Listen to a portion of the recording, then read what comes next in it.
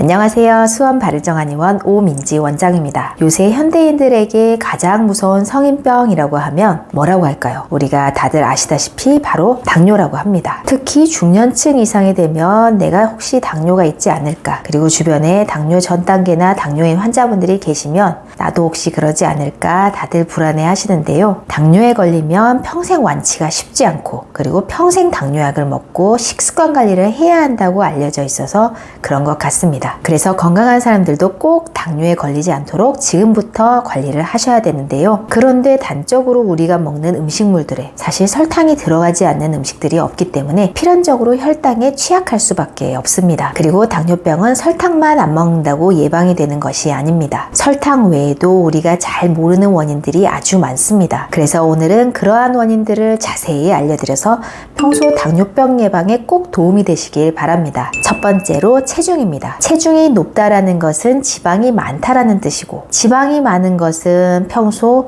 인슐린 분비가 과도하게 많은 상태였다라는 뜻입니다. 왜냐하면 우리가 음식물을 많이 먹게 되면 혈당이 많이 올라가게 되고, 그 혈당을 우리가 지방으로 전환하기 위해서 여기서 인슐린이 필요하기 때문입니다. 그렇게 우리가 인슐린이 계속 많이 분비가 되다 보면 그 인슐린을 분비하는 역할을 하는 췌장이 많이 지치게 됩니다. 나중에는 이 췌장이 인슐린을 분비하는 기능에 문제가 생겨서 바로 인슐린 저항성이 생기게 되는데요. 그래서 인슐린 분비가 떨어지면서 췌장에서 아무리 인슐린 분비를 해도 혈당이 잘 떨어지지 않아서 혈당 수치가 높아지게 되고 결국에는 당뇨로 연결되게 됩니다. 따라서 지금 현재 혈당이 높지 않아도 내 체중이 높다면 나중에 당뇨병으로 연결된 확률이 높아지기 때문에 식습관 개선을 해서 체중 감량을 하고, 또한 인슐린 분비를 하는 췌장이 지치지 않도록 음식물 섭취를 줄여서 췌장이 지치지 않게 쉴 수 있게 만들어야 합니다.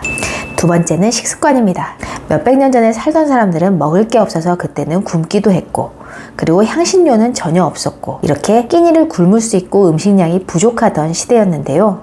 요즘 시대에 사는 사람들은 항상 먹는 양이 넘치고 음식량이 많고 하기 때문에 예전보다 굶는 일은 없지만 넘쳐서 문제가 되는 시대가 되었습니다. 따라서 현재보다 먹는 양이 줄어들어야 합니다. 하루에 삼시세끼만 먹어야 하고 야식이나 간식은 되도록 안 먹어야 합니다. 옛날 사람들은 보통 하루에 2끼가 기본이었다라는 말이 있듯이 사실 2끼에서 3끼 정도만 먹으면 맞습니다. 만약에 중간에 간식을 먹거나 야식을 먹으면 하루에 4끼에서 5끼를 먹는 게 됩니다. 우리가 공복 때 혈당을 낮게 유지를 하다가 음식을 먹으면 한두 시간 후에 혈당이 오르게 되는데요. 그리고 시간이 지나면서 다시 서서히 혈당이 내려가는데, 이때 중간에 간식이나 야식을 먹으면 아까 내려가던 혈당에서 더 높게 혈당이 올라가게 됩니다. 그래서 하루에 3끼 혹은 2끼의 식사를 하시는 것이 평소 혈당을 조절하고 관리하는 식습관이 되시겠습니다. 또한 야식을 하는 것이 낮에 식사하시는 것보다 내장 지방이 빠르게 증가하고 훨씬 당뇨와 중성지방의 수치를 올린다고 하는데요. 보통 밤에 음식을 먹으면 그 칼로리를 소비하지 않고 밤에 7시간, 8시간 자게 되잖아요. 그 잠자고 있는 긴 시간 동안 칼로리가 지방으로 전환이 되고 인슐린의 피로도가 높아집니다.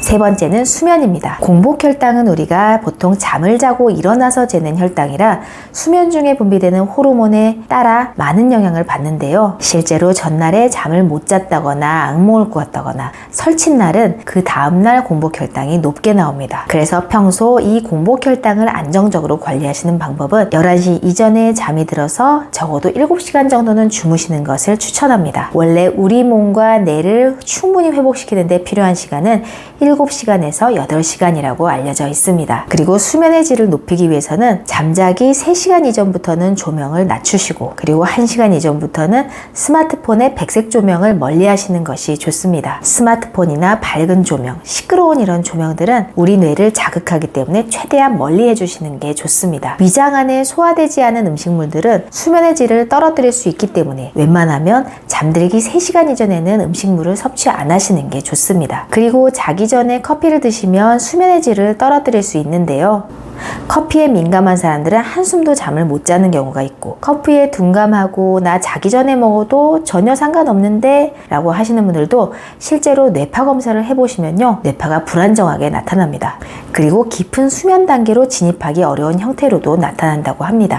네 번째로 간 기능이 좋아야 합니다. 음식물 섭취 후에 생성된 포도당은 바로 간으로 이동하게 되는데요. 인슐린의 포도당을 변환하여 지방으로 만드는 게 바로 간에서 하는 일입니다. 따라서 간에 문제가 생기면 간이 저장하는 포도당이 적어져서 혈당이 급속하게 높아질 수 있습니다. 술을 많이 먹으면 지방간이 생기거나 간 기능이 떨어지게 되는데요. 알코올이라는 독소를 간에서 해독시키고 분해를 시킵니다. 음주가 너무 잦으면 간에서 해독하는 역할에 과부하가 걸리게 됩니다. 그러면 간이 피곤해져서 혈당 관리에도 문제가 생기게 됩니다. 이것이 지방간까지 발전을 하면 더욱 안 좋은 상황으로 유발이 되는데요. 최근 연구를 보면 지방간 자체가 당뇨병 발병에 영향을 준다고 합니다. 실제로 우리 환자분들이 혈액 검사를 해서 보시면요, 당 수치가 안 좋은 분들은 고지혈증, 콜레스테롤, 중성지방, 그리고 지방간 이런 문제를 다 세트로 가지고 있습니다. 다섯 번째는 중성지방입니다. 중성지방은 우리 몸 안에서 자체적으로 합성하는 지방의 형태입니다. 우리가 평소 과다한 양의 식사를 하게 되면요, 에너지로 사용하고 남은 칼로리를 지방으로 전환할 때 혈중 중성지방 농도가 증가하게 됩니다. 중성지방 수치는 혈액 검사로 측정할 수 있는데요, 150 이하가 정상이고 200에서 300이 넘어가게 되면 위험 수치로 보고 있습니다. 여기서 과일을 드시게 되면 중성지방의 농도가 빠르게 올라가는데요, 과일의 성분은 대부분 물과 과당으로 되어 있습니다. 과당은 포도당만큼 혈당을 빠르게 올리며 섭취를 하면 몸 안에서 중성지방의 수치도 빠르게 올립니다. 물론 과일에는 비타민이나 항산화 물질도 많은데요, 하지만 이러한 성분들을 다른 야채로도 섭취할 수가 있는데 굳이 과당이 많은 과일로 섭취할 필요는 없다고 생각합니다. 굳이 과일을 드셔야겠다면 중성지방을 올리지 않을 정도로 적게 드시거나 아니면 베리류, 토마토 이런 것들을 드시는 게 좋겠습니다. 여섯 번째는 운동이 있습니다. 운동 중에서도 근력 운동을 추천합니다. 우리가 근력 운동을 통해서 근육량을 증가시킨다는 것은 인슐린 감수성을 개선시키고 혈당을 낮추는 역할을 합니다. 특히 허벅지 근육, 하체 근육이 혈당을 낮추는데 아주 효과가 좋습니다. 허벅지 근육이 많고 둘레가 클수록 당뇨병 발병이 줄어든다는 상당수의 연구 결과가 있습니다. 특히 남성은 허벅지 둘레가 60cm 이상인 사람은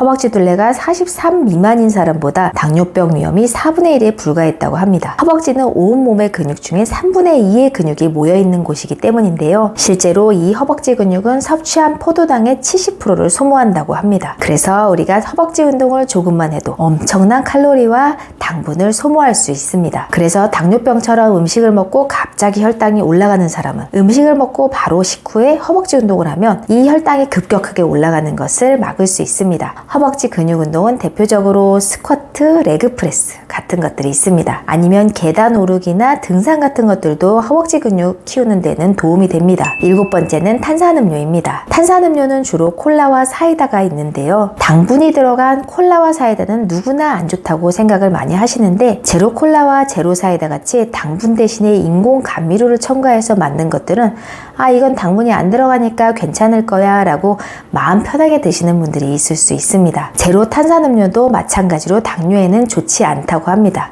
2024년 5월 15일 세계보건기구 WHO에서는 인공 감미료 사용 가이드라인을 발표하였는데요, 내용에 따르면 인공 감미료를 장기적으로 섭취한 경우는 다이어트에 도움이 되지 않으며 당뇨병과 심장병을 유발할 수 있다고 언급하였습니다. 우리의 뇌는 혀가 단맛을 인식하는 순간 순간적으로 호르몬을 분비하게 되는데요, 설탕 자체만 안 먹고 바로 이 제로콜라, 제로사이다 같이 인공 감미료를 써서 만든 이 음료들을 우리가 괜찮다고 섭취를 하게 되면 우리 뇌에서는 똑같이 단맛으로 반응하기 때문에 혈당 관리에 실패할 수밖에 없습니다. 여덟 번째는 스트레스입니다. 스트레스는 우리 마음의 문제인데 이게 도대체 당뇨병과 어떤 연관이 있느냐? 스트레스를 받게 되면 우리 몸에서는 실제로 스트레스 호르몬인 코티졸이 분비되게 됩니다. 그런데 이 코티졸이 분비되면 우리 몸에서 혈당 수치가 높아지게 됩니다. 그렇기 때문에 실제로 어떤 사람이 아주 극심한 스트레스에 시달리게 되면 몇 달 후에 심각한 당뇨로 연결되는 경우가 있는데요. 이미 당뇨가 있는 분들은 스트레스를 받으시면 혈당도 올라갈 수 있습니다. 마지막으로 혈당 스파이크입니다. 혈당 스파이크란 공복과 식후 2시간 사이에 급격하게 혈당이 올라가거나 심한 변동이 있는 상태를 의미합니다. 혈당 스파이크는 혈당지수 GI 인덱스가 높은 음식을 먹거나 아니면 너무나 많은 음식을 폭식하거나 아니면 음식을 천천히 먹지 않고 빠르게 먹었을 때, 빠르게 위장 안으로 들어왔을 때, 그럴 때 생깁니다.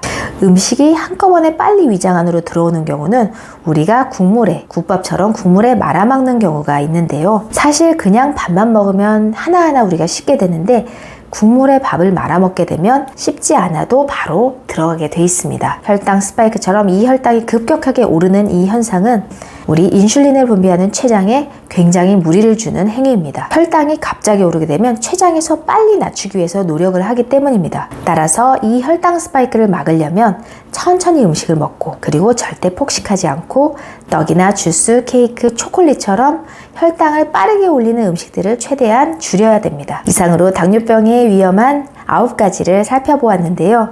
이러한 것들을 다 주의를 하셔야 우리가 당뇨병 예방을 할 수 있다는 걸 꼭 알고 계시길 바랍니다. 여기서 혼자서 관리가 힘들거나 어려우신 분들은 전문가의 도움을 받으셔도 좋습니다. 제 영상에 댓글을 남겨주시면 바로 답변 드리겠습니다. 이번 영상이 도움이 되셨다면 좋아요, 구독 다 눌러주시길 바랍니다. 감사합니다.